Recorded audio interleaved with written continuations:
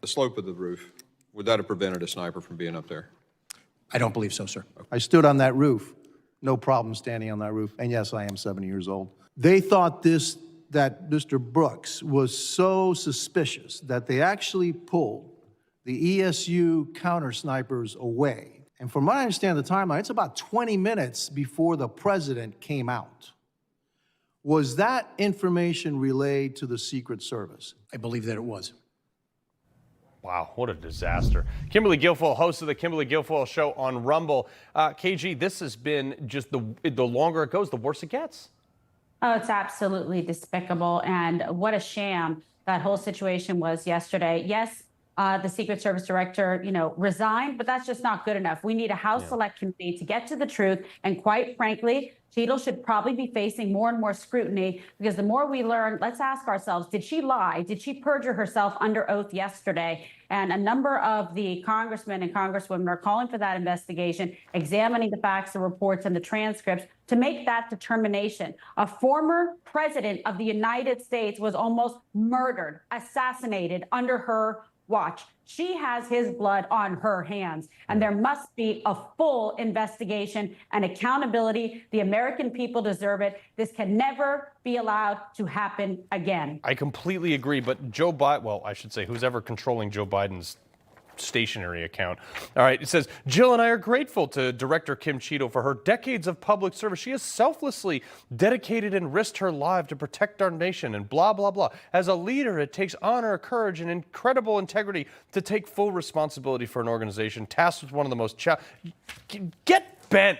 This woman almost got somebody killed, and this is just like a fest of, oh, look at how great she is. Basura. It's garbage. It's garbage. Just like his presidency, just like his administration, just like his shameful vice president. This is why the American people are disgusted and fed up, and they show up in record numbers to support the greatest president this country has ever had, President Donald J. Trump. And I am telling you something, the Secret Service needs to do a hard look and examine what happened, what transpired. She failed and was unable to answer why the Secret Service did not question the gunman after he was flagged, okay, as a suspicious person, and they were alerted. Why didn't they do something about it? This could have been presented, but for the grace of God, President Trump wouldn't be alive today. And that is a very serious thing. And the media wants to sweep over it and just move on to the coronation of Kamala Harris. And it's disgraceful.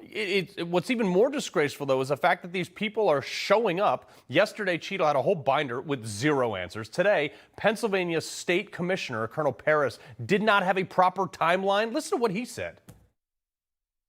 A member of PSP received a phone call and a text message from members of ESU, and I know from an interview that was immediately relayed in the command post to the Secret Service. The Secret Service had this information that there was a suspicious individual.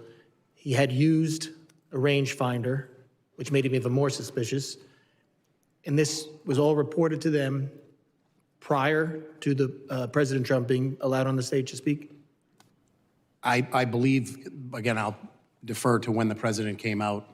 I know that was probably 20 to 25 minutes before 11 hours. Nobody seems to know anything.